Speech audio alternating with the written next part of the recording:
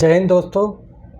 आज हम लोग बात करने वाले हैं महाराष्ट्र स्लम एक्ट 1971, उसका सेक्शन 13(2) जो कि चेंज ऑफ डेवलपर से कनेक्शन रखता है। जहाँ तक कि हम लोग देख रहे हैं हर एक SRA प्रोजेक्ट में रेंट की प्रॉब्लम है, डेवलपर रेंट नहीं पे कर पा रहा है। सर्कुलर 153 जो रेंट के लिए बनाया गया है उसको अडॉप्ट नहीं कर पा रहा है, और जो LOI में दी हुई टाइमिंग्स है उस टाइम फ्रेम में हमारे प्रोजेक्ट को कंप्लीट नहीं कर पा रहा है। सबसे बड़ी बात, कोई भी प्रोजेक्ट एक सीमा है 3 साल, 5 साल, 8 साल, लेकिन 20-20 साल होने के बावजूद भी प्रोजेक्ट आज तक चल रहे हैं जिस पे SRA का कोई भी कंट्रोल नहीं है। तो क्यों कहते कि हम बैठे हुए हाथ पे हाथ धर के, हमें क्या करना चाहिए? अगर हमें रेंट टाइम से नहीं मिल रहा है, हमारे रेंट डेवलपर के पास पेंडिंग है, हमारे LOI की जो कंडीशंस थी कि इतने समय में हमें बिल्डिंग बन के रिहैब कंपोनेंट मिल जाना चाहिए, अभी तक नहीं मिला, तो हमें क्या करना चाहिए?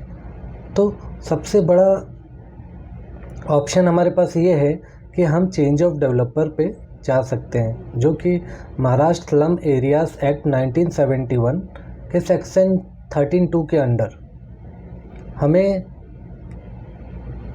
एक सूट, जैसे सूट होता है वैसे ही कहते हैं कि 13(2) का प्रपोज़ल होता है। वो प्रपोज़ल सबमिशन करना पड़ेगा, हमें पूरा फैक्ट देना पड़ेगा कि हमारे प्रोजेक्ट में आज तक क्या क्या हुआ है और हमें ये डेवलपर क्यों नहीं चाहिए और इस डेवलपर को हम क्यों निकालना चाहते हैं। तो ज़रूरी है, क्योंकि कैसा है, देखिए, अगर जो डेवलपर हमें रेंट नहीं पे कर सकता, जो डेवलपर हमें हमारा घर बना के नहीं दे सकता, 5-5 साल, 8-8 साल, 20-20 साल में नहीं बन पा रहे, तो ऑटोमेटिकली कब बना के देगा? 3-3 पीढ़ी निकल जा रहे हैं लेकिन घर नहीं बना पा रहे, तो क्या मतलब है?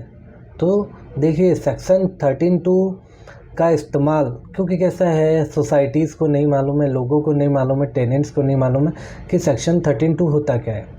सेक्शन 13(2) चेंज ऑफ डेवलपर से कनेक्ट करता है, और चेंज ऑफ डेवलपर अगर एक समय सीमा ख़त्म हो जाती है तो चेंज ऑफ डेवलपर करना बहुत ज़रूरी है। आप ये देखिए करते हैं आपके केस का स्टेटस क्या चल रहा है, आपके प्रोजेक्ट का स्टेटस क्या चल रहा है, आप किस कंडीशन में चल रहे हो, तो आप क्यों कहते कि उस डेवलपर को लेके झेलते रहे।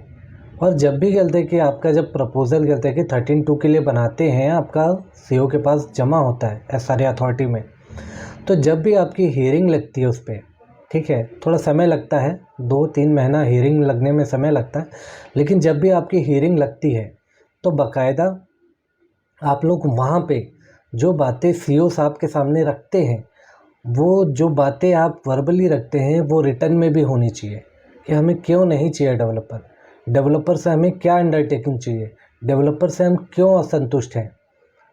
तो हर एक बातें जो बोल रहे हो आप, वो रिटर्न भी होनी चाहिए, और रिटर्न में ही कहते कि आपको रखना चाहिए, जो कि एक एविडेंस है जिस पे आप कल के डेट में अगर कोर्ट में भी चैलेंज करना हो तो आप जा सकते हो।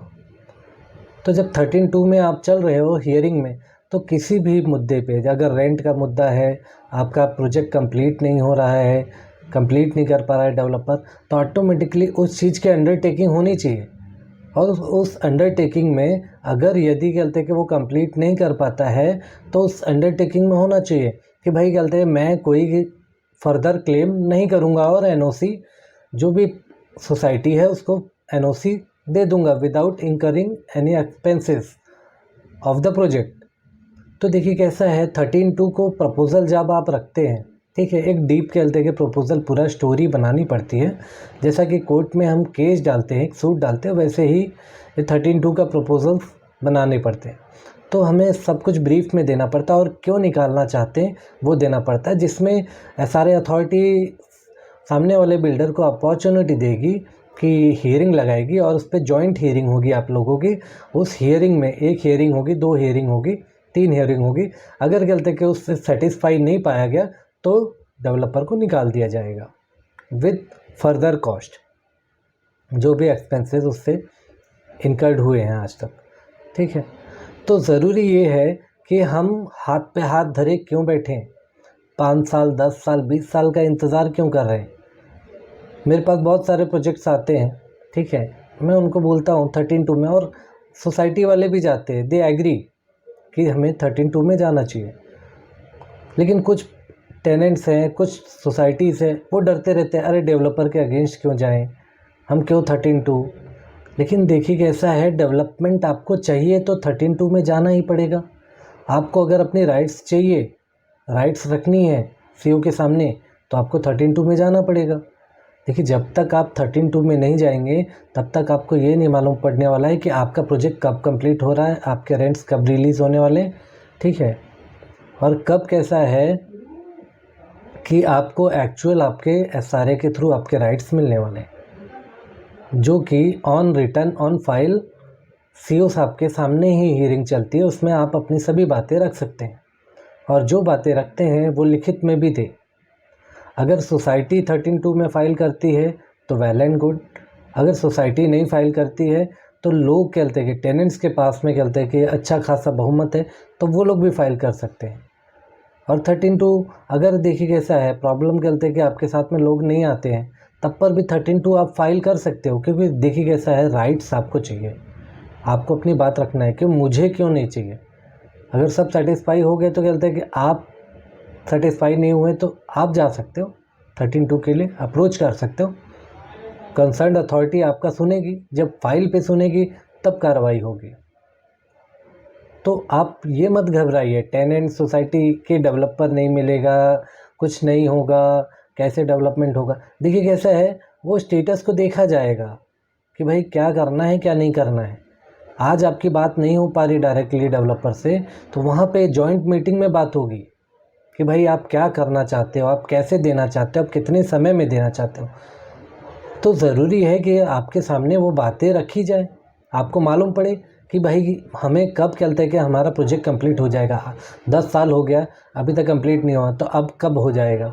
अंडरटेकिंग देना पड़ेगा ना, रेंट कब तक मिलेगा हमको, रेंट किस हिसाब से मिलेगा, रेंट का फिक्सेशन क्या होगा, रेंट सर्कुलर 153 के हिसाब से कहते हैं कि हर एक साल बढ़ेगा कि नहीं बढ़ेगा। तो हर एक चीज़ के लिए डिस्कशन कर सकते हैं आप। देखिए अगर आपको नहीं मालूम आप हमसे सलाह ले सकते हैं, लेकिन देखिए आपका प्रोजेक्ट है, डेवलपमेंट आपको देखना है, आपके लोग हैं, तो आप आगे बढ़िए।